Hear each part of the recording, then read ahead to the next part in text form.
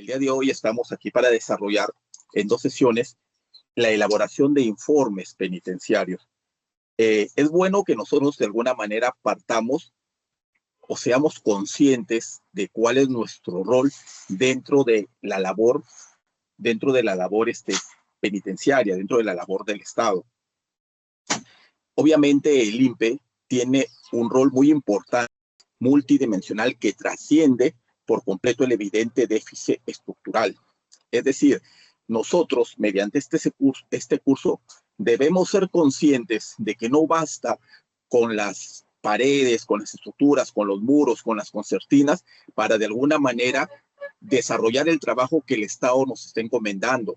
Tenemos que también hacer uso de las herramientas legales que el Estado nos brinda a través de normas como la Constitución y toda la normativa interna, que lo vimos justamente en la sesión anterior, que nos permite de alguna manera poder desarrollar nuestro actuar de una manera adecuada, a fin de que nos sirvan como ese escudo legal que nos va a proteger ante cualquier imprevisto, ante cualquier situación que se nos pueda abrir algún tipo de proceso. Entonces, tenemos que ser conscientes de que cada vez que tenemos que dar un salto a lo que es la seguridad dinámica, este tipo de capacitaciones nos permiten para eso, para que no nos quedemos en el mero vigilante de prisiones, sino que pasemos a ser parte activa del sistema de justicia del Estado peruano. El objetivo del curso es identificar documentos penitenciarios y aplicar la redacción técnica, diferenciar ocurrencias, novedad, incidencia y elaborar informes profesionales.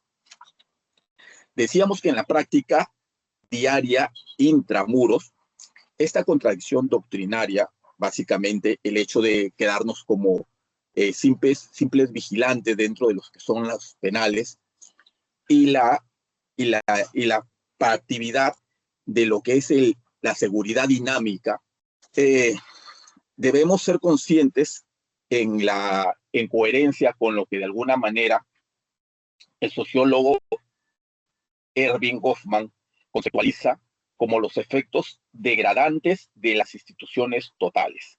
Les leo. Esta se traduce en una ruptura radical, violenta y sistemática de la identidad previa del sujeto, un fenómeno sociológico conocido como la mortificación del yo, donde el individuo es despojado de sus roles civiles, sus dinámicas familiares y sus derechos ciudadanos no restringidos por la sentencia jurídica.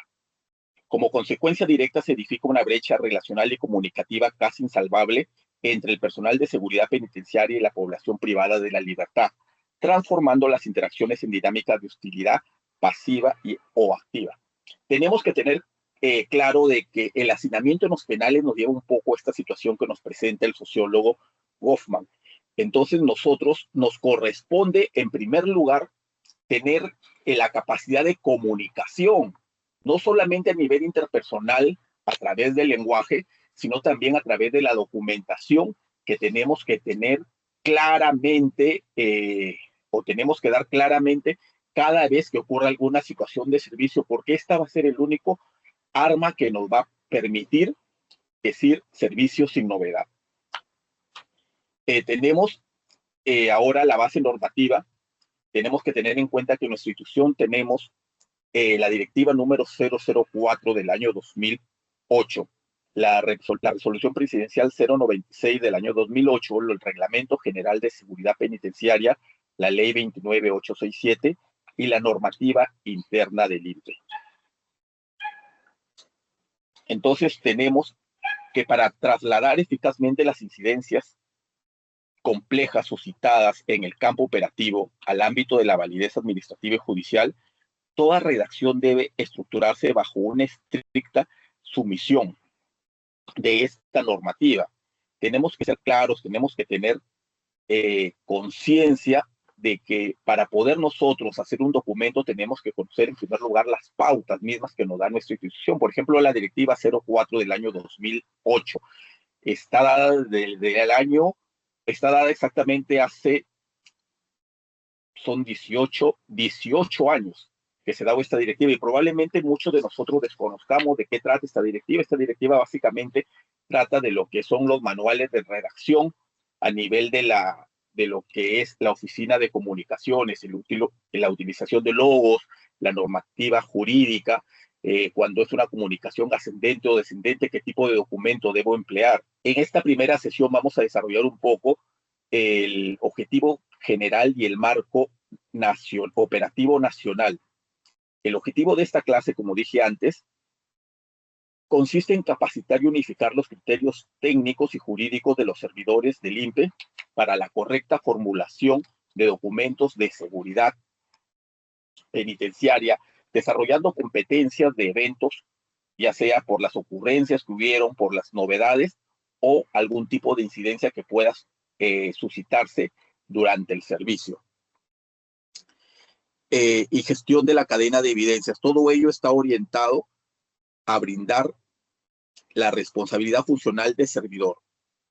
Tenemos que tener en cuenta que además cuando nosotros hacemos informes, existe de alguna manera alguna evidencia, alguna prueba, algún resto que es necesario cautelar y hacer una correcta cadena de evidencia. Esto lo vemos a veces un poco en el ámbito externo, en el ámbito civil de la sociedad, ¿no es cierto? Cuando hablan de la cadena de la custodia de evidencias, no se hizo una buena custodia. Entonces tenemos que ser conscientes de que el INPE también es un microclima de nuestra realidad nacional. El INPE también funciona como una sociedad aparte, donde de alguna manera dentro de ese ámbito estamos tratando de desarrollar un entorno que permita a ese interno privado de la libertad, le permita de alguna manera conocer cómo funciona la sociedad peruana para que luego pueda ser reinsertado a ella misma.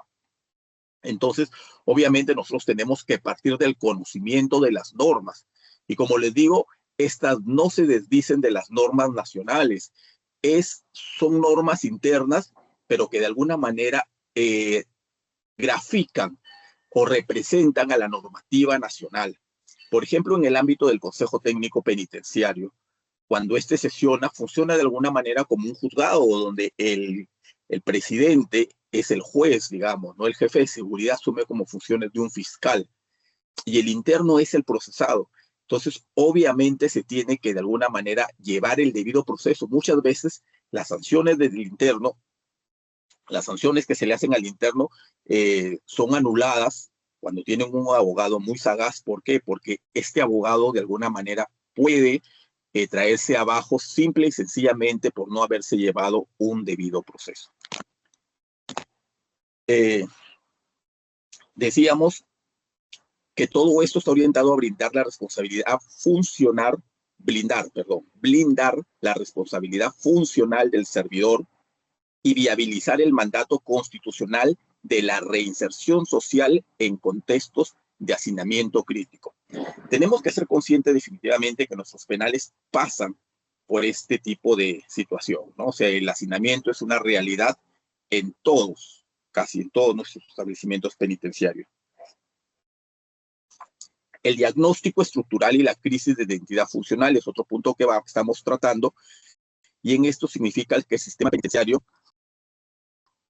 atraviesa esta crisis de identidad funcional que trasciende el evidente déficit infraestructural. Esta problemática se manifiesta en una persistente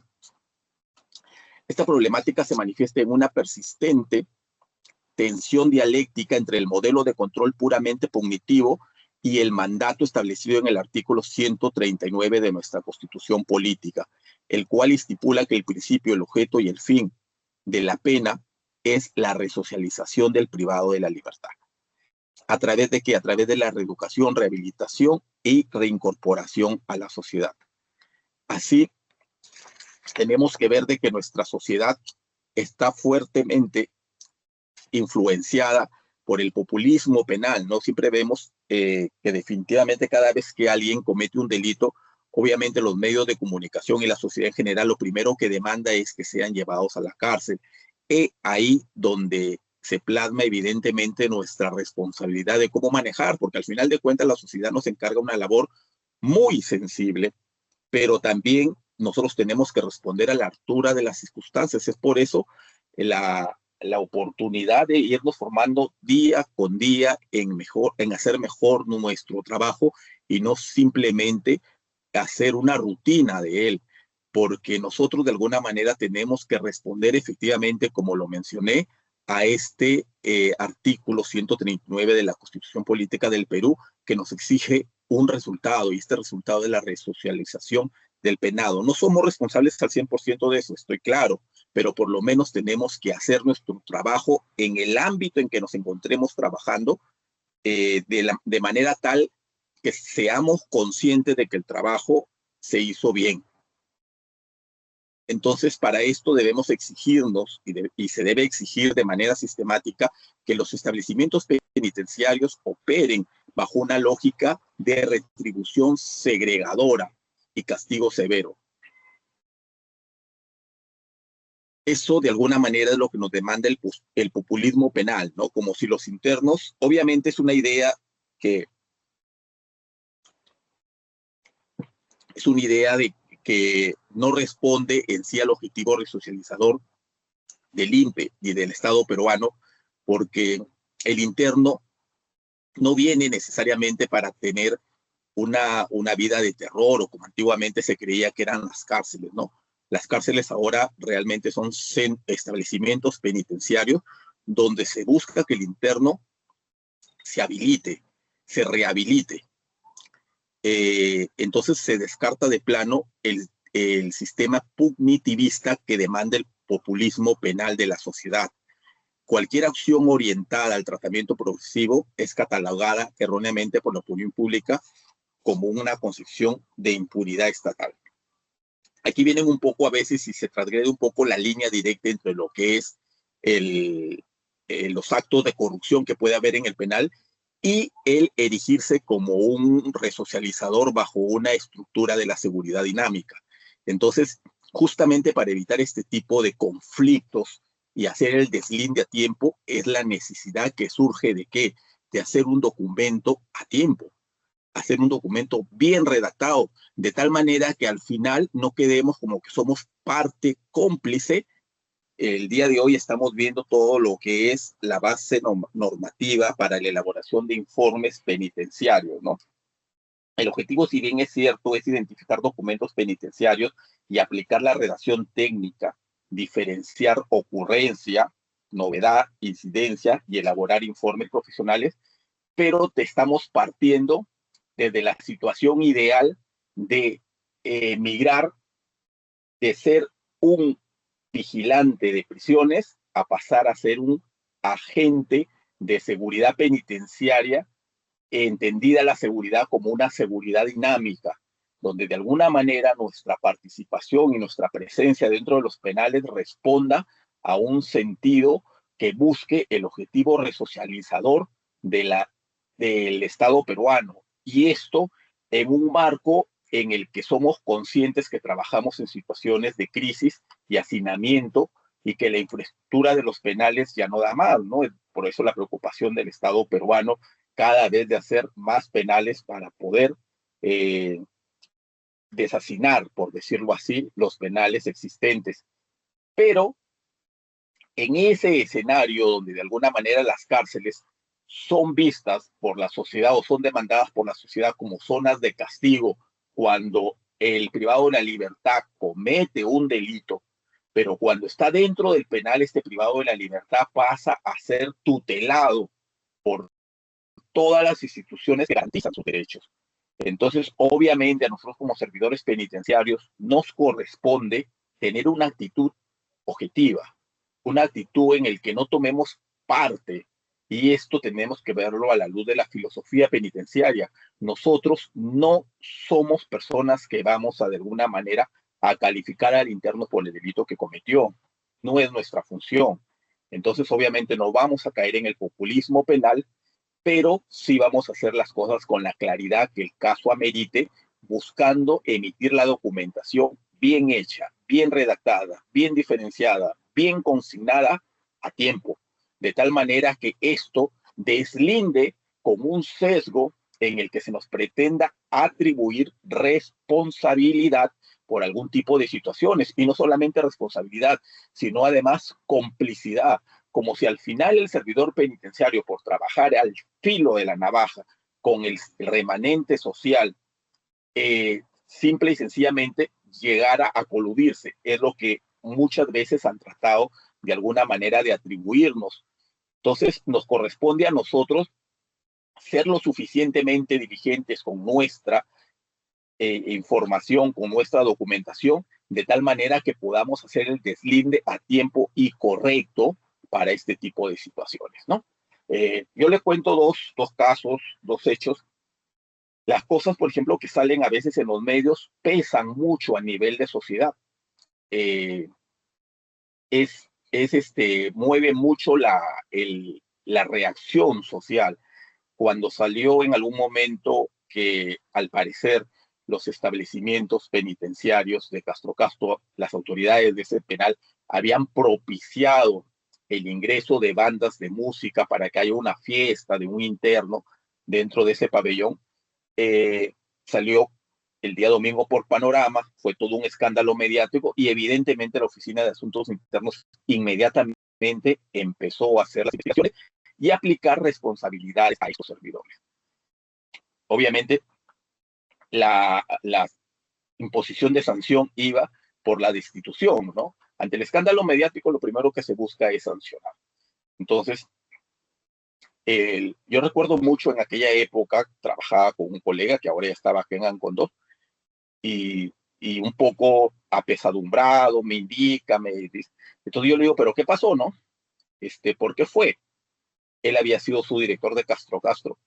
Y me dice, no, pero es que esas imágenes que ha sacado el reportaje no son de Castro Castro, son unas imágenes que han hecho a nivel de una ocurrencia que fue años atrás en el penal de Lurigancho. Entonces yo le dije, pero eso es lo que tú debes decir en tu informe, en tu descargo que te está mandando Asuntos Internos, eso es lo que debes decir, que esas imágenes no pertenecen, ni son actuales, ni aplicables a lo que se denuncia como un intento de corrupción en el penal de Castro Castro, sino son imágenes pasadas que el periodismo está utilizando para de alguna manera vender su noticia periodística y denúncialo como un bluff periodístico. Esta es la palabra clave, bluff periodístico. El servidor, bueno, supongo que consideraría de repente tomar mi consejo, lo puso y un tiempo después me lo encuentro y hasta ahora, cada vez que me ve, siempre me agradece y se lo comenta al que puede, que efectivamente por haber puesto esa palabra es que no tuvo una sanción, digamos, por un hecho que realmente él no había cometido, ni había propiciado, ni había sido parte de ningún proceso de corrupción, pero que el periodismo lo vendió así. Entonces, con este ejemplo quiero de alguna manera graficar la importancia que tiene la documentación al momento de plasmar el contenido. Tenemos que tratar de responder a lo verdaderamente concreto. Tenemos que ser conscientes de cuáles son las características que tiene que tener un documento, porque solamente este tipo de situaciones son las que nos van a permitir, como dije anteriormente, blindarnos de algún tipo de atribución que pueda lindar inclusive con lo penal que se nos pretenda atribuir. Entonces habíamos visto ya la base normativa, vamos a ver ahora los documentos penitenciarios. Estos documentos penitenciarios pueden ser el oficio, bueno, todos los que trabajamos por lo menos en el área administrativa sabemos redactar un oficio, los memorandos, las solicitudes, las actas, los partes diarios, los informes de ocurrencia, los informes de novedad, los informes de incidencia y los informes técnicos. Tenemos que ser conscientes de que es necesario, muchas veces, el cansancio de las 24 horas no nos motiva para que al día siguiente nosotros seamos capaces de dejar un documento. Entonces tenemos que ser conscientes de que es vital, es necesario que tengamos la capacidad de poder hacer el documento a tiempo. Esto es lo único que nos va a garantizar tener, como dije, un servicio tranquilo y no vernos en el futuro inmersos en algún tipo de situación que pueda lindar con alguna responsabilidad. Vamos a ver lo que es la base normativa institucional en el control documental. Estuve hablando anteriormente con el Está bien ahí en esta diapositiva. Solamente quiero retomar un poco lo que fue la Directiva 04 del año 2018. Y quería decirle que frente a este escenario de colapso y fricción constante, la documentación penitenciaria no debe ser interpretada como un mero trámite administrativo, sino como la materialización del principio de legalidad y el escudo protector del servidor público. Muchas veces podemos creer que el documento que hacemos, que no tiene mayor relevancia, el que escribo por las puras, pero nuestra responsabilidad acaba simple y sencillamente con emitir el informe o el documento que nos corresponde. Cómo se procesa, cómo continúa esa documentación, ya no es responsabilidad nuestra. Pero obviamente el documento que nosotros hicimos a tiempo es lo que nos va a brindar en un escenario donde la situación se llegue a desbordar. Entonces, a veces creemos que por el hecho de que yo presente un documento, presenté otro documento, presenté más documentos y nunca pasa nada, entonces me desanimo y ya no hago más documentación.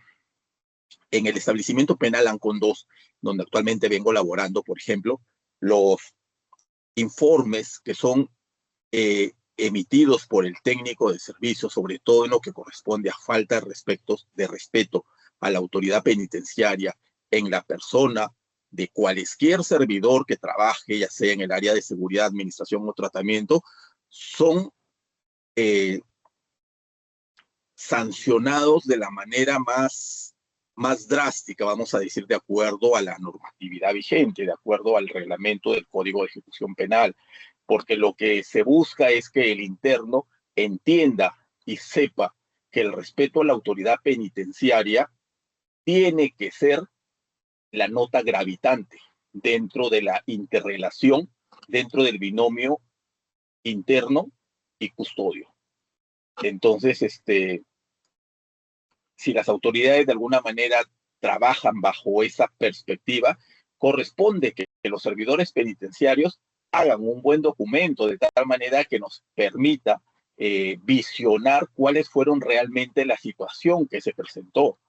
Muchas veces los documentos están mal redactados que por más que uno quisiera de alguna manera aplicar la sanción como corresponde, se podría caer en un intento de falsa solidaridad y obviamente podría ser motivo de discusión o en todo caso de motivo de algún tipo de recurso de apelación que al final nos va a dejar sin pie. Entonces el documento base siempre va a ser el del interno, el del custodio, el documento de alguna manera del personal que trabaja en la reja.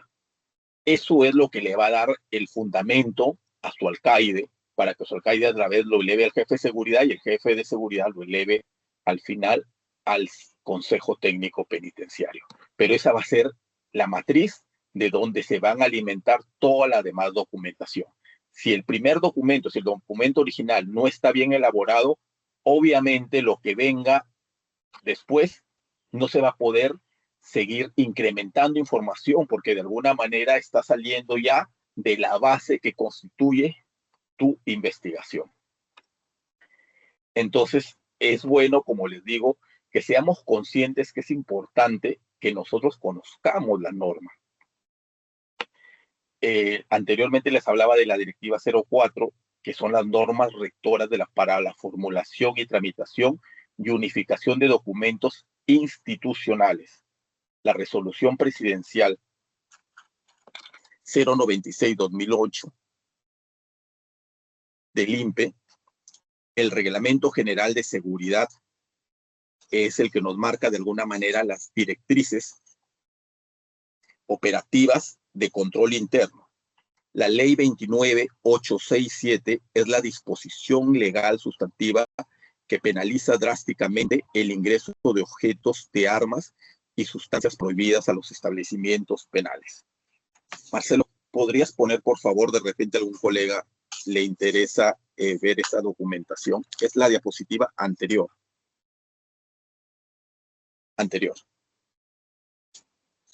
Ahí está. Entonces tenemos que tener consciente de que existe una base normativa. Lo que nosotros tenemos que hacer, que es conocer esa base normativa para de alguna manera poder, en función de esta, elaborar nuestra documentación para que buscamos de alguna manera con esto garantizar el flujo de la información y que cumpla con su propósito institucional. Entonces, debemos ser conscientes que el servidor debe viabilizar los canales formales de la institución. Estos canales, les decía, por ejemplo, ahorita cuando les decía, empieza con el documento que elabora el servidor penitenciario que está en la reja. Vamos a ver un poco los canales, de alguna manera, de línea ascendente. El canal de línea ascendente es la originada en el nivel inferior. Es la originada en el nivel inferior hacia nuestros superiores, ¿no? Hacia las jefaturas. Está materializada a través de oficios, informes y solicitudes. El otro canal sería el canal de línea descendente. Esa está generada desde la alta dirección o jefaturas de seguridad hacia los subordinados, transmitida mediante directivas, memorandos y proveídos. No tenemos una diapositiva de eso, Marcelito.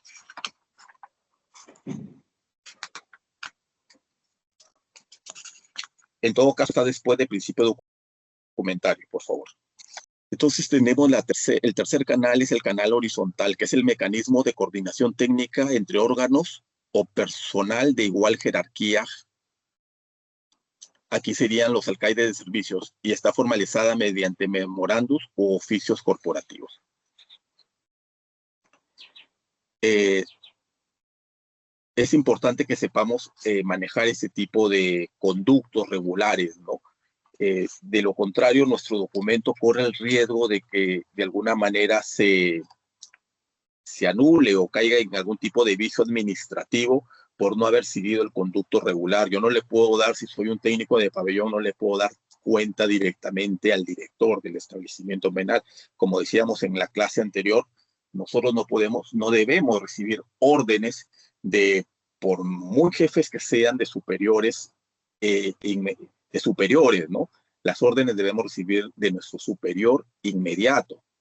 Entonces, si el director quiere dar una orden, se la debe dar al jefe o al alcaide, y el alcaide me la debe transmitir a mí. Si bien es cierto, en el quehacer diario, obviamente recibimos disposiciones de nuestros jefes, pero es el conducto regular.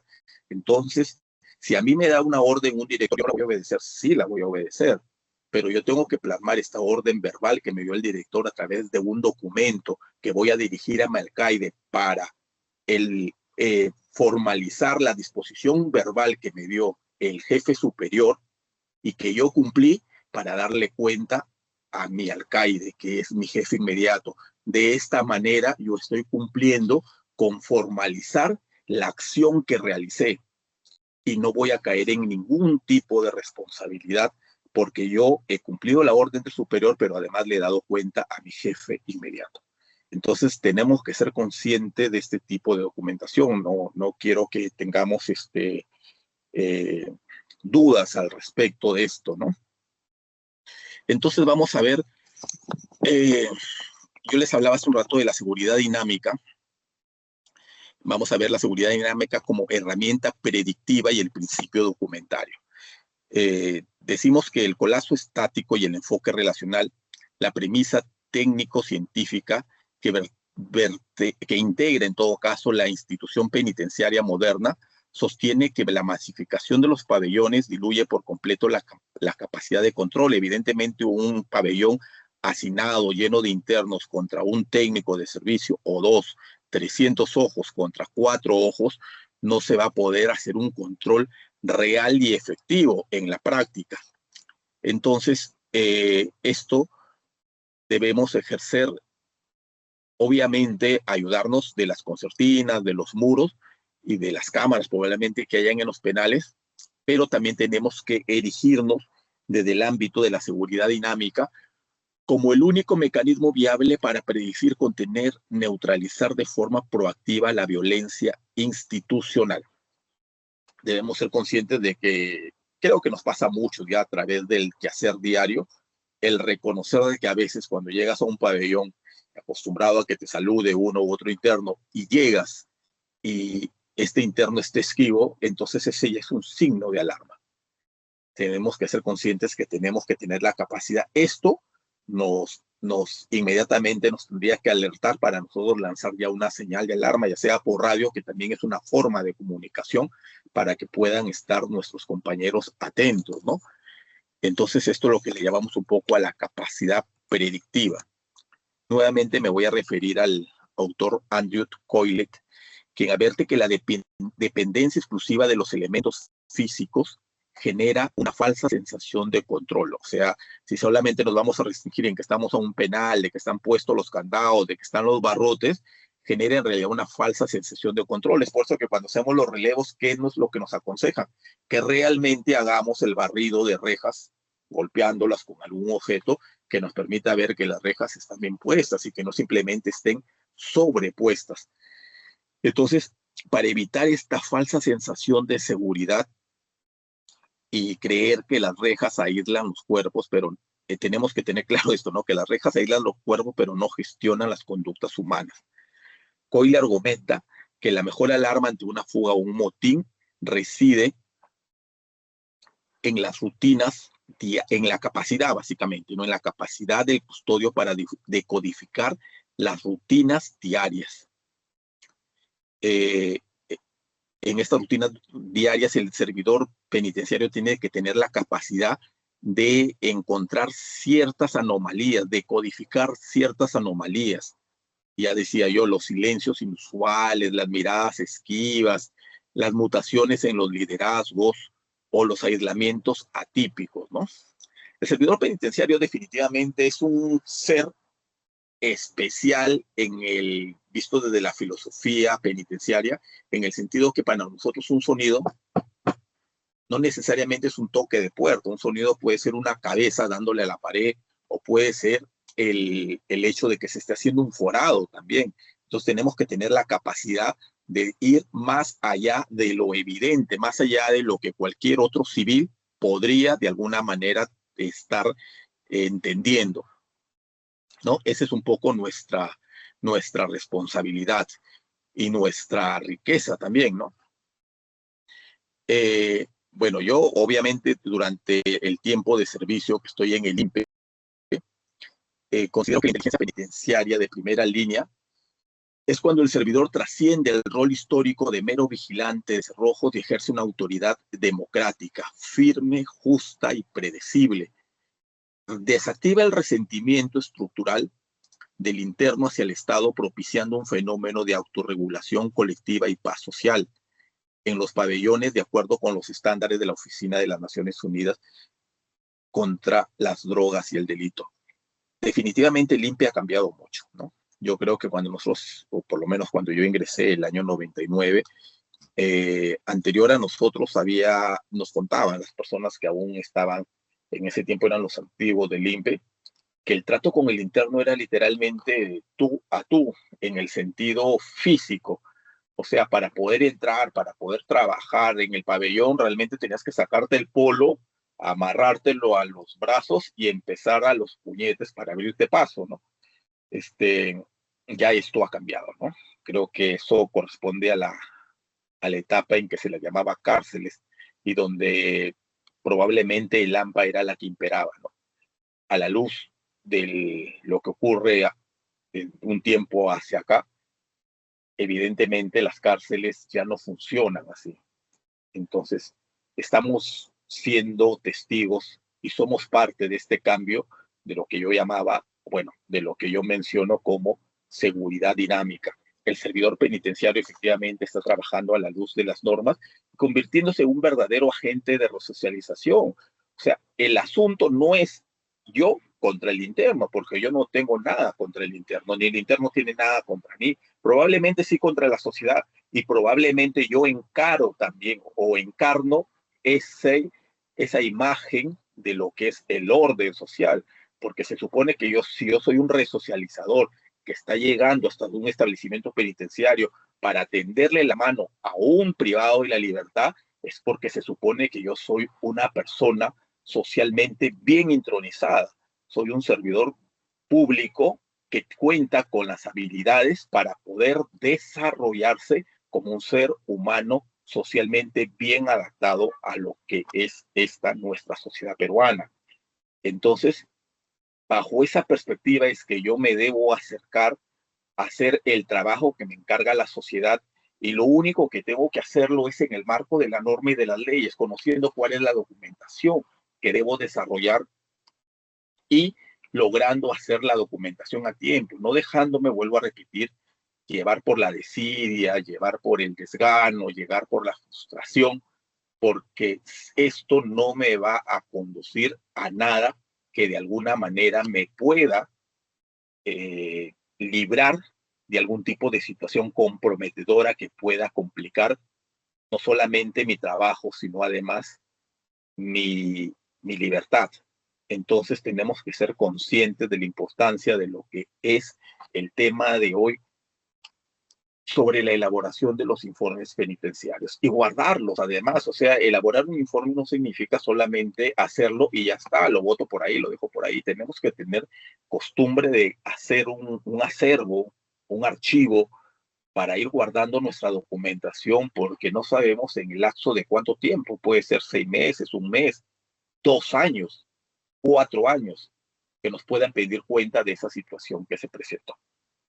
Entonces, esa es la importancia del tema que estamos manejando el día de hoy. Vamos a hablar un poco de los principios rectores de la redacción técnica. Para trasladar eficazmente los hallazgos de la seguridad dinámica al ámbito probatorio y administrativo, todo documento penitenciario debe estructurarse bajo los siguientes 8 principios fundamentales. ¿Podemos retroceder a la diapositiva, Marcelo, por favor? Retroceder. Ok. Tenemos acá el principio de claridad, celeridad, coherencia, concisión, cortesía. Me gustaría, mientras yo les voy leyendo, que ustedes de alguna manera, en una sola palabra, tal cual tenemos aquí el principio, me indiquen qué entienden por cada uno. Con uno me basta que me escriban, pero que me digan qué entienden por estos principios documentarios. Por favor, para poder de alguna manera ir interactuando y darme cuenta de que no estoy solo hablando en la sala. Entonces le decía que los principios documentarios son la claridad, la celeridad, la coherencia, la concisión, la cortesía, la precisión, la formalidad y la simplicidad. Como les digo, me gustaría, claro, Lisette nos dice, es fácil de entender. Asumo que lo dice en referencia a la claridad. Celeridad se refiere a la rapidez. Exacto. Hablábamos de que nosotros no debemos dejar, como dicen, no dejes para mañana lo que puedes hacer hoy. A veces es también la rapidez, y incluso hay una palabra que pareciera que es sinónimo, pero en realidad tiende a ser un poco más instantánea la acción que se debe actuar, que es la inmediatez. Entonces nosotros, no por el hecho de que tengamos algo que hacer, no por el hecho de que tengamos que ir a casa porque queremos salir, dejemos de hacer un documento de manera célere. Tenemos que ser conscientes que el papel tiene que ser puesto a tiempo. Si no es así, ya probablemente cuando nosotros queramos ingresar el documento, alguien más ya puede haber hecho un informe que de alguna manera está contradiciendo lo nuestro y ya no va a ser admitido. Susana nos dice principios que aseguran la información, que la información mantenga su valor. Lo conciso es la precisión. Claro, es importante de que sepamos estos 8 principios. Si bien es cierto, podríamos verlo como una cuestión de que no es que quiera aprenderme, no es que quiera tener definido, no es que quiero. La práctica y el ejercicio constante es lo que nos va a ir perfeccionando. No es como cuando uno empieza a manejar al principio, no sabe cómo hacerlo y tiene un poco de miedo, de timidez, de resistencia, pero luego con el uso constante, con la práctica constante, es que definitivamente va a ir haciendo un poco más como de rutina este tipo de documentación. Entonces, vamos a decir que la claridad es el pensamiento nítido expresado mediante oraciones de fácil comprensión. Es el pensamiento nítido expresado mediante oraciones de fácil comprensión. La idea de hacer un documento claro es que comprendan qué es lo que queremos decir. Entonces, tenemos que tener esto, valga la redundancia, claramente sabido, ¿no? O concebido. La celeridad sería la formulación inmediata posterior a la ocurrencia de los hechos, ¿no? La formulación inmediata posterior a la ocurrencia de los hechos. La coherencia es la conexión lógica rigurosa entre los datos narrados y las conclusiones técnicos jurídicas. La coherencia es la conexión lógica rigurosa entre los datos narrados y las conclusiones técnico-jurídicas. La concisión es el uso estricto de vocablos significativos, evitando ambigüedades, rodeos o adornos literarios. Por ejemplo, es muy diferente decir, perdón, denme un minuto. Estábamos hablando de la concisión, uso estricto de vocablos significativos. Por ejemplo, es diferente cuando leemos y dice, entró para preguntarme, ¿no? A que diga, irrumpió para gritarme. O sea, ahí, a pesar de que aparentemente es la misma acción, pero ya el término te da o te grafica de alguna manera cuál fue la verdadera situación de lo que ocurrió ahí. Entonces, tiene que haber concisión en los términos. Hay palabras que nos permiten representar de manera más real qué es lo que realmente se pretende o se quiere decir en la comunicación. Tenemos que tener en cuenta también lo que es la cortesía entendida como el mantenimiento del respeto institucional y el lenguaje formal protocolar. Recuerden que también tenemos un código de ética del servidor público. Lo digo porque obviamente tenemos que saber cómo dirigirnos, no podemos poner nuestra carga emocional dentro de un documento, porque al final de cuentas esto va a ser una prueba válida definitivamente de nosotros, ¿no? Entonces tenemos que cuidar mucho la forma en que nos dirigimos a otro. La precisión es la consignación exacta de fechas, horas, ubicaciones, identidades y datos cuantitativos. Este creo que es un punto muy, muy importante que debemos considerar siempre, ¿no? La precisión. La formalidad es la adherencia rigurosa a las estructuras, siglas y membretes aprobados por el INPE. Esto es la resolución que les mencionaba, la 096, que les mencionaba hace rato. Este documento es el que de alguna manera nos permite configurar la documentación de acuerdo a las normas que el INPE ha concebido para ello. Y la simplicidad es el uso de un lenguaje especializado pero directo, accesible para las autoridades. Entonces, si bien es cierto, hace un momento mencioné entre entrar e irrumpir, porque es una palabra que nos permite graficar una situación dada, pero la idea es que si no es necesario utilizar un término más técnico, porque simple y sencillamente no suma a lo que queremos comunicar, entonces tenemos que tener la capacidad de hacer un documento lo más simple posible, de tal manera que pueda ser entendido por cualquier persona que pueda leerlo, ¿no? Que pueda procesarlo. Vamos a ver ahora la tipología textual y la anatomía estructural del informe técnico. Los tipos de informes en el contexto penitenciario.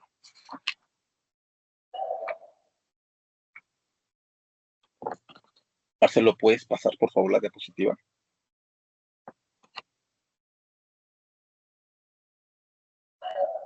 Otra. Hay una sección que dice informes. Sí. Entonces tenemos que el informe es el documento en el cual se comunica al jefe o autoridad inmediata algún asunto encomendado en el que se presenta o que se presente en forma imprevista. Analiza los hechos, antecedentes, conclusiones y recomendaciones, y su importancia es que sustenta las investigaciones, sanciones, acciones de seguridad y responsabilidad funcional. O sea, miren lo importante que es nuestra labor en el en el puesto que nos toque desempeñarnos, ¿no? El informe de alguna manera va a ser el sustento que va a justificar la acción que por consecuencia del mismo informe la autoridad acuerde aplicar. Pero para esto tenemos que darle las herramientas correctas.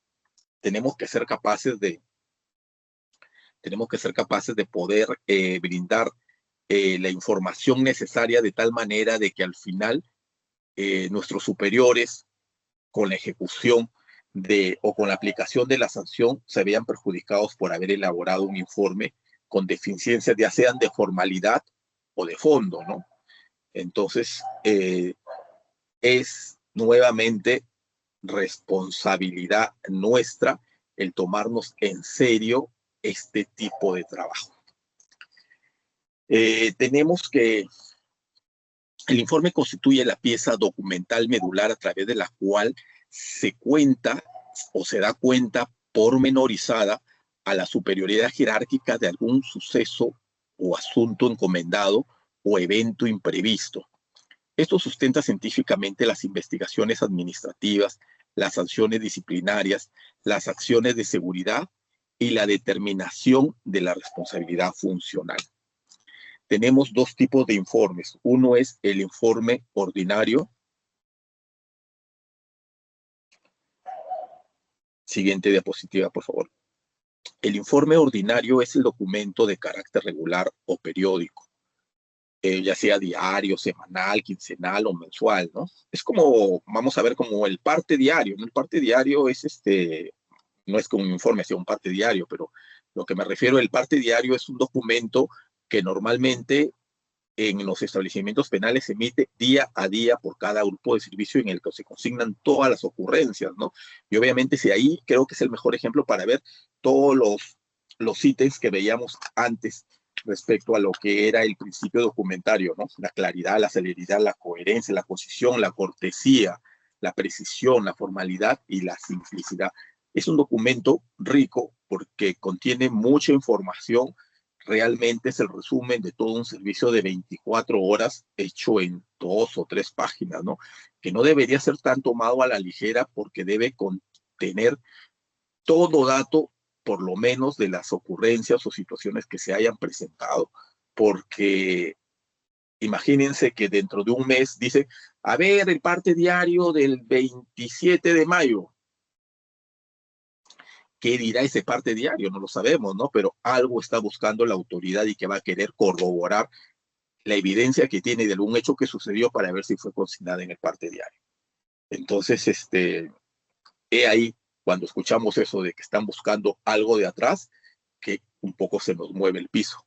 Pero si somos conscientes de que hemos hecho un correcto trabajo de consignar la información dentro de este documento, entonces no va a haber ninguna situación de alguna manera que nos ponga en salmuera, ¿no?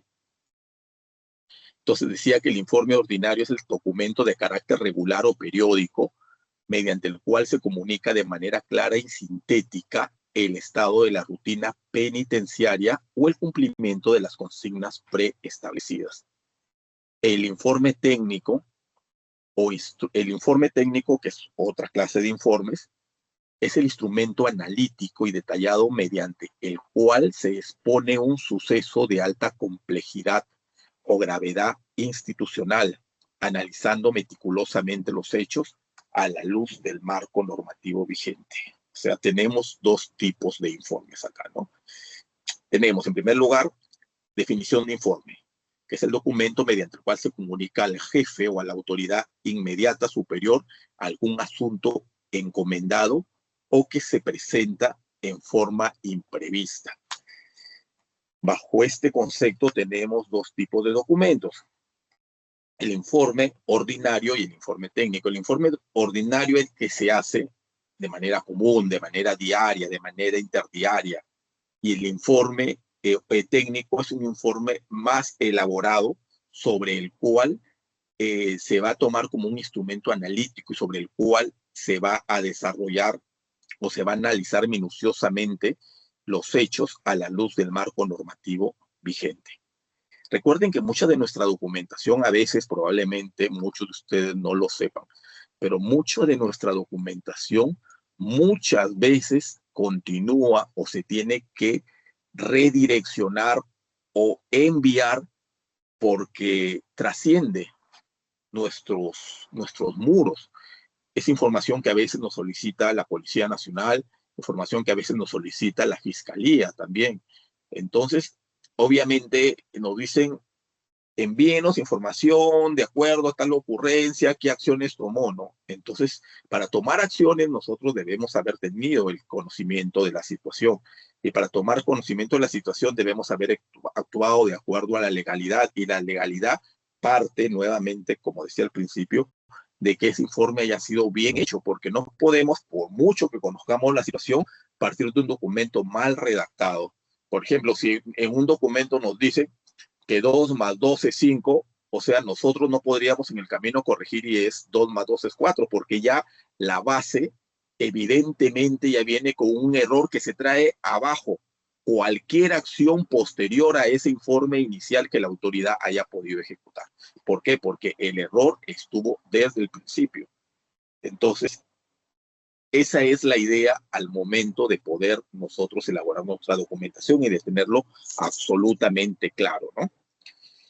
En estricto cumplimiento de la Directiva 4 del año 2018, el informe técnico debe componerse de las siguientes acciones fijas.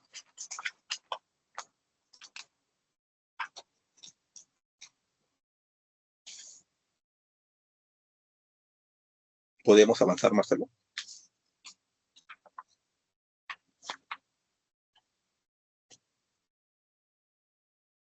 Es el encabezado, la introducción, el cuerpo,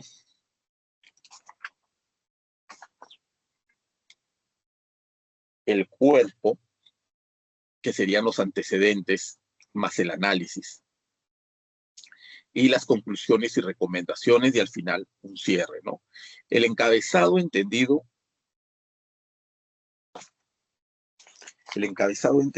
como es la parte superior en donde evidentemente va a ir el membrete institucional, la denominación exacta y el número correlativo, el año de emisión, la sigla de codificación institucional de la unidad emisora, los datos de la autoridad receptora y el asunto específico de la referencia, y las referencias, si hubieran, claro, ¿no? Si existiesen, que se supone que son previas a, ¿no? Ya les decía yo que en el caso que tengamos que mandar un documento a la Fiscalía, probablemente la referencia va a ser el número del documento que la Fiscalía nos solicita la información. Es necesario también que aquí se consigne el lugar y fecha exacta en que se formule el documento. Luego vendría lo que es la introducción, que es el bloque protocolar donde se emplean fórmulas de estilo obligatorias, tales como cumplo con informar a su despacho, y este bloque sería la segunda parte del cuerpo del documento, ¿no? Tenemos el primero, que sería el encabezado, el segundo, que sería la introducción. En la introducción estamos viendo de que son las partes obligatorias, donde obviamente podría empezarse algo así como cumplo con informar a su despacho en cumplimiento a lo dispuesto por su persona, por la superioridad, o en mérito a lo dispuesto por. Es como cuando nos envían un memorándum, dice, por medio del presente deberá. Entonces ya nos están dando la orden a través de ese documento. La tercera parte de este documento técnico sería el cuerpo o texto, que es el núcleo analítico. Aquí tenemos que considerar básicamente los antecedentes y el análisis, ¿no? Decía al principio que en el cuerpo va básicamente lo que son los antecedentes y los análisis. El antecedente entendido como la breve reseña histórica y cronológica que destaca el orden, el marco u orden general bajo el cual está suscrita la intervención de los actos reportados. Y el análisis ya es el examen minucioso, pormenorizado y estrictamente objetivo de los hechos acontecidos. Se fundamenta en argumentos, factores, disposiciones legales vulneradas bajo la ley 29687. Presentación de pruebas materiales, cargos o descargos recogidos. también tenemos que tener en cuenta las conclusiones. Estas son deducciones lógicas derivadas inexorablemente del análisis previo y deben redactarse de forma clara y concisa, fundamentada de forma irrefutable en los hechos constatados. Las recomendaciones son las sugerencias de orden técnico operativo o jurídico que el informante propone a la superioridad jerárquica para la resolución del conflicto o la toma de decisiones. La autoridad decisora mantiene plena libertad de acogerlas o desestimarlas para las acciones de gestión institucional. Entonces, hasta aquí tenemos que nuestro informe técnico debe incluir, además de el encabezado y la introducción, debe incluir también el cuerpo o texto en el que obviamente se considera el núcleo analítico, ya que vamos a poner los antecedentes y el análisis. Podemos también incluir algunas conclusiones y recomendaciones para terminar formulando de alguna manera el cumplimiento, ¿no? El cumplimiento sería, bueno, el cierre formalizado mediante frases estipuladas por la praxis documentaria, tales como es cuánto tengo que informar a usted, es cuánto comunico a usted para su conocimiento y fines, es cuánto comunico para la resolución en el ámbito de su competencia. Son formas un poco ya preconcebidas que es necesario poner porque así lo manda el aspecto formal del documento, ¿no? Luego viene la antefirma, la firma y la posfirma, porque evidentemente un documento tiene que ir identificado por la persona que lo elabora, ya sea mediante la rúbrica y o los sellos identificatorios de la autoridad o agente penitenciario que formula y asume la responsabilidad civil, penal y administrativa del documento. Ahí la importancia de elaborar un buen documento. Vuelvo a repetir. Dentro de estos informes incluye también lo que es la antefirma, la firma y la posfirma. Dicho de otras palabras, la firma y nuestro nombre.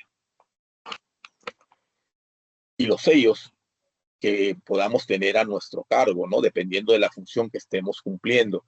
¿Por qué? Porque esto va a permitir identificar quién originó o quién emitió el documento o el informe para efectos de asumir responsabilidad civil, penal y administrativa del documento. Siempre todo documento nos va a llevar a asumir una responsabilidad, no necesariamente que tengamos que irnos a una instancia judicial, ni penal, ni fiscal, pero obviamente el solo hecho de emitir un documento nos va a generar ese tipo de responsabilidad, que no está mal. Si es que nosotros elaboramos un buen documento, no va a haber ningún problema, ninguna situación que de alguna manera nos pueda poner en una situación de riesgo o peligro. Al contrario, un documento bien elaborado nos va a permitir exceptuarnos de alguna situación que pretenda involucrarnos en actos irregulares. Entonces, seamos conscientes de la importancia de emitir el documento a tiempo y bien redactado. También es necesario incluir a veces las siglas de identificación personal ubicadas en el extremo inferior izquierdo, consignadas obligatoriamente con letras mayúsculas para que el informante y con letras minúsculas para el mecanógrafo o transcriptor del texto. Probablemente algunos podemos a veces trabajar elaborando documentación, no necesariamente que nosotros vamos a emitir, sino probablemente documentación que van a firmar otros, ¿no? Ya sean nuestros jefes, nuestros superiores. Entonces, lo que nosotros tenemos que tener es estos aspectos formales para poderlos plasmar dentro de la corrección de hacer un buen documento. Sobre todo cuando va a ser firmado por alguna otra autoridad superior, ¿no? Ahora vamos a ver lo que es la metodología de la redacción y casuística crítica en primera línea.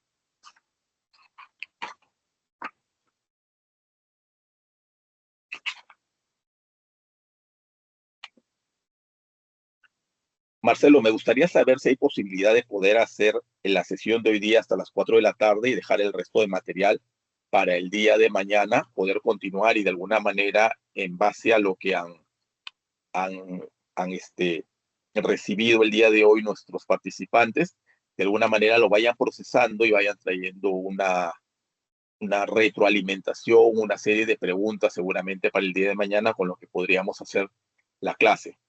Me gustaría, por favor, que eso lo coordines con la doctora Marixa Guimaray. Ya. Vamos a ver ahora las partes del informe. Permítanme un segundo, por favor. Pero es que tengo aquí mi vasito de agua y necesito tomar, aunque es una limonada.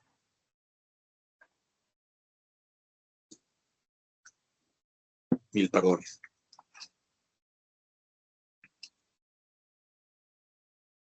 Vamos a ver la metodología de redacción y la casuística en primera línea, el método de las preguntas esenciales. Para desarrollar el contenido de manera óptima, el servidor del INPE debe responder metodológicamente las siguientes interrogantes en su narrativa.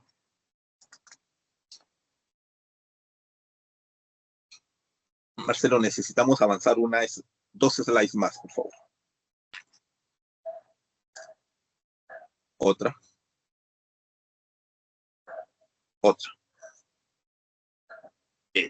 Ahí. Esto es como las preguntas cuando vamos a aprender inglés. When, what, where, why. Entonces tenemos que saber que para desarrollar el contenido de manera óptima debemos responder a las preguntas en nuestra narración.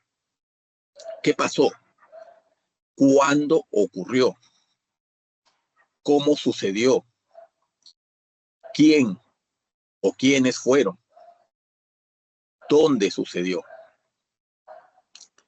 Entonces vemos que el qué pasó es una descripción del suceso, no es una descripción fática del suceso. El cuándo ocurrió son los parámetros temporales exactos de fecha y hora precisa. Este es un punto muy importante porque a veces no somos muy conscientes de los tiempos, pero tenemos que tratar de tener en nuestro horizonte esta particularidad. No se trata de decir fue una mañana, ¿no? Alrededor de las 11. O sea, mientras más precisos seamos en el tiempo va a ser mejor. Consideremos además de que ahora casi todo nuestro espacio público está lleno de cámaras de video y esto va a permitir también una identificación más rápida de alguna evidencia que nos pueda apertrechar aquel dicho que estemos impregnando en nuestro documento. ¿Dónde sucedió el hecho? Responde obviamente a los parámetros espaciales o infraestructura, ya sea en el pabellón, la celda, el pasadizo o el taller, ¿no? ¿Quién o quiénes intervinieron? Busca identificar plenamente a los internos, a las visitas o al personal de seguridad involucrado. Entonces, tenemos que para efectos de la metodología de la redacción, tenemos que tener básicamente la claridad de esta información mediante las preguntas que estamos viendo ahora en pantalla, ¿no? Entonces, tenemos que ser conscientes también de decir cómo sucedió que busca la forma, las modalidades y las circunstancias de la acción. Y además tenemos que incluir en nuestro informe qué acciones se adoptaron. Obviamente porque nosotros no lo estamos haciendo el informe desde un agente pasivo, ¿no? Estamos haciendo el informe desde nuestro rol como autoridad dentro de un establecimiento penitenciario. Entonces también tenemos que especificar qué acciones adoptamos al respecto a la situación que se nos presentó. Aquí tenemos que considerar también todo lo que son los protocolos de seguridad operativas que se activaron, ¿no? Para poder de alguna manera neutralizar o contener o brindar los primeros auxilios que se hayan podido necesitar dentro de esta situación presentada. Entonces, tenemos que las reglas de redacción prohíben la inclusión de opiniones personales, o sea, la parte subjetiva, definitivamente, como dije ya hace un momento, nosotros no es que tengamos algo contra el interno, como servidores penitenciarios, evidentemente eso no se puede exteriorizar, ni y menos aún evidenciar en un documento. Entonces, todo lo que es la parte subjetiva, nuestras opiniones, nuestras subjetividades, pues, valga decir, debemos dejarlas de lado, ¿no? Nuestro documento tiene que ser un documento impecablemente objetivo, o sea, dando cuenta simple y sencillamente de la situación o los hechos que se hayan presentado, que hayan podido ocurrir. No tenemos por qué, asumir, por ejemplo, que el interno se presentó de forma sospechosa, o sea, ¿quién podría de alguna manera explicar o calificar cuál es una actitud sospechosa en un interno, ¿no? Decir que el interno se mostró insolente, mmm, o sea, ya, pero, o sea, que puede ser insolente también, ¿no? Lo mejor en esta situación es que redactemos el informe en tercera persona. Siempre es mejor redactarlo en tercera persona, así como bien decía ya, evitaremos involucrarnos y caer en la subjetividad, ¿no? Debemos emplear un registro académico y un orden cronológico o rígido fundamentado únicamente en datos empíricos, pero verificables. El uso del lenguaje debe ser coloquial o la emisión de detalles técnicos eh, anula un poco la validez del documento, ¿no? Por ejemplo, es técnicamente incorrecto plasmar frases de estilo como se encontró droga o tenía un celular, porque evidentemente, ¿quién nos da a nosotros la autoridad para decir de que eso era droga? No tenemos forma de demostrarlo, ¿no? O sea, no somos peritos. Entonces, decir, le encontraron droga, por mucho que la conozcamos, por mucho de que la cuestión empírica nos permita hacer una comprobación de eso, no tenemos el, el grado que sustente este tipo de afirmaciones, ¿no? El grado técnico que sustente este tipo de afirmaciones. Entonces, lo mejor sería decir se encontró un envoltorio rectangular, por decir, ¿no? Que pesaba aproximadamente, no sé, 50 gramos. Era de color blanquecina. Entonces, esto obviamente permitirá hacer una descripción mejor permitirá hacer una descripción mejor de esta incautación que podríamos hacer a que olímpicamente nos vayamos por nosotros pretender precisar un término que no nos corresponde calificar. Entonces, vamos a ver ahora lo que son los protocolos de redacción según los hallazgos críticos. Entonces, nosotros tenemos que tener la capacidad de esta necesidad de información de aquel que va a recibir nuestro documento que esté contenida en ese informe. De lo contrario, va a ser un documento inválido, un documento impreciso, un documento vago, un documento que realmente de por sí mismo va a perder seriedad para que se le pueda administrar dentro de un proceso, para que pueda continuar el camino que debe proseguir para llegar a una resolución de esa situación que se presentó. Tenemos también que las reglas de redacción decíamos que es escribir básicamente en tercera persona, procurar un lenguaje formal, un orden cronológico y los datos verificables. En errores frecuentes tenemos que las opiniones personales u omisión de datos, lenguaje coloquial, falta de cronología y conclusiones sin sustento.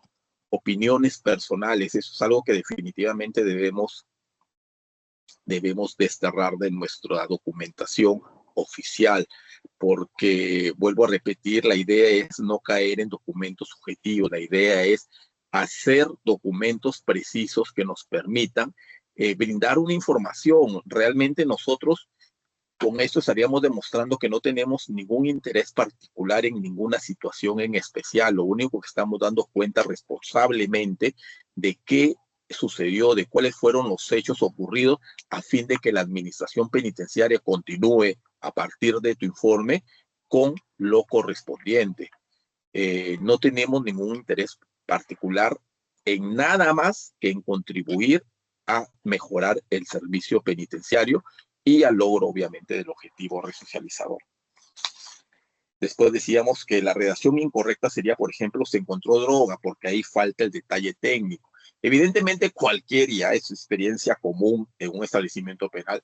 Cualquier autoridad, cualquier persona, cualquier fiscal, alguna persona que tenga un conocimiento jurídico mayor al nuestro, evidentemente van a decir, ¿y cuál? O sea, ¿por qué usted considera que eso era droga?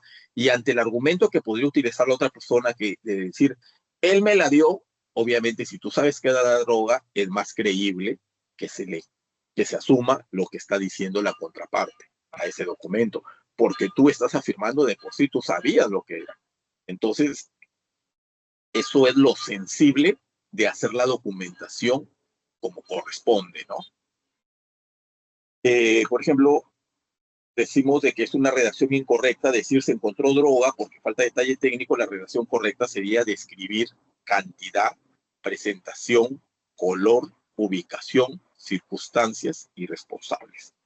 Si se tratara de celulares, diríamos que se tiene que registrar la marca, los códigos email, los chips, la ubicación exacta y la circunstancia del hallazgo.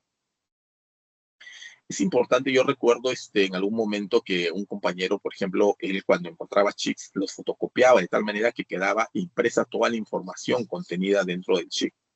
Entonces eso los juntaba además dentro de su informe.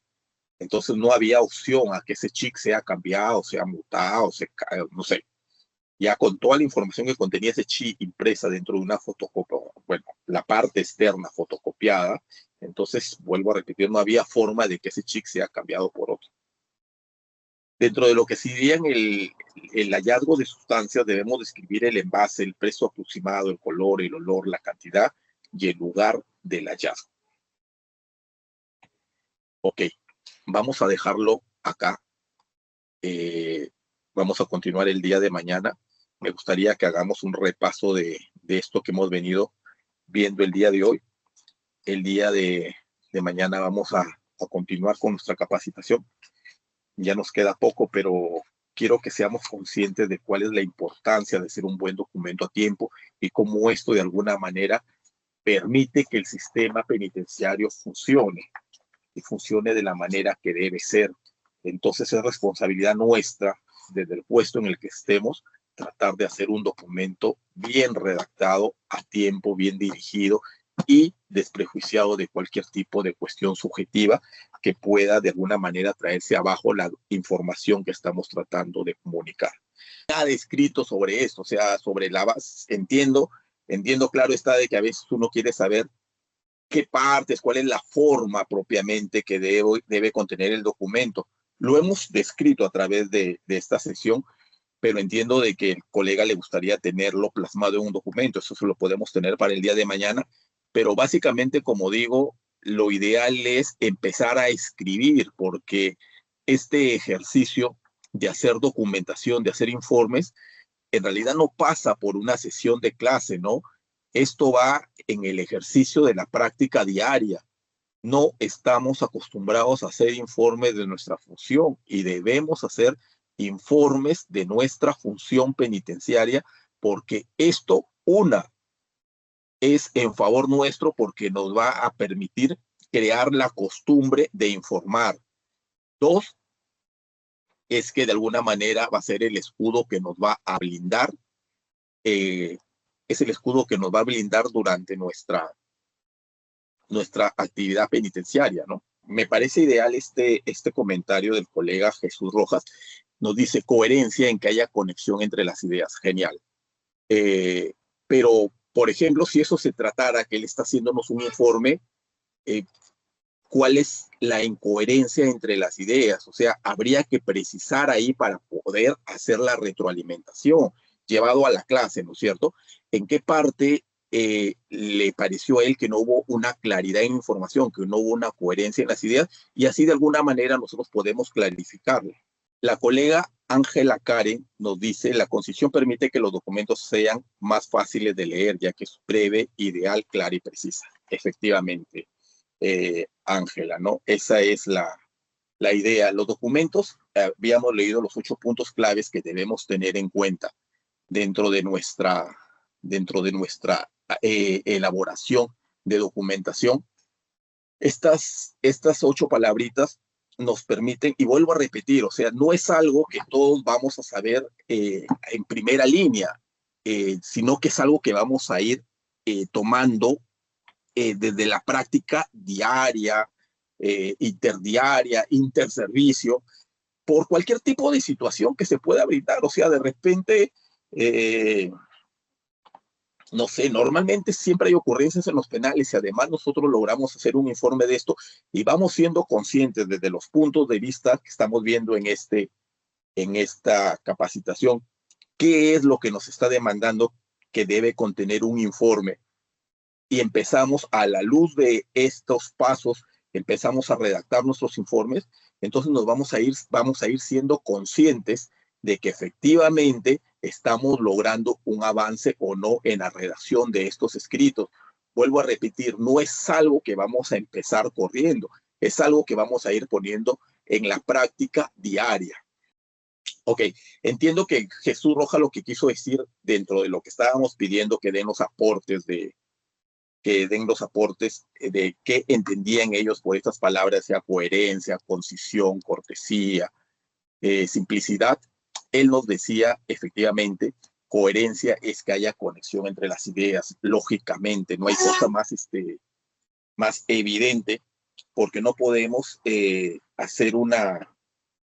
presentar una situación en el que estemos hablando de los internos bueno, en el caso de Ancondo sería de los internos del módulo 4 y terminemos por concluir algo con los internos del módulo 1, porque no habría en primer lugar una coherencia de las situaciones presentadas, ¿no es cierto? Entonces esto llevaría al error, llevaría a la confusión y evidentemente amarraría a la autoridad superior para que pueda resolver sobre lo que el subalterno quiso dar a entender, quiso comunicar, porque no hay forma de, entonces esto qué va a hacer, va a dilatar el proceso, va a dilatar porque ya tendríamos que esperar que regrese, tendría que hacerse la consulta y esto inclusivemente hasta se podría ver como que hay una intención de inducir al cambio del informe, cosa que no es, sino que lo que se está tratando es de pedir la claridad en la documentación. Dice, doctor, en la práctica institucional a veces ocurre que un informe técnico emitido formalmente no aparece en el expediente y se señala que fue empapelado o extraviado.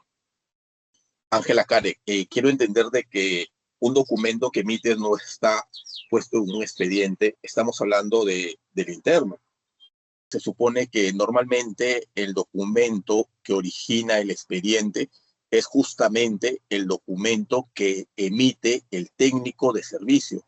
A partir de ahí es que se va a armar un expediente. Si no, en todo caso no tendría base ni sustento. Vuelvo a repetir, entendiendo que se trata de una situación, de una ocurrencia de servicio en donde el técnico de servicio que estuvo presente en el suceso es el que da cuenta de la autoridad. O sea, no habría forma de que este documento no exista dentro de un expediente.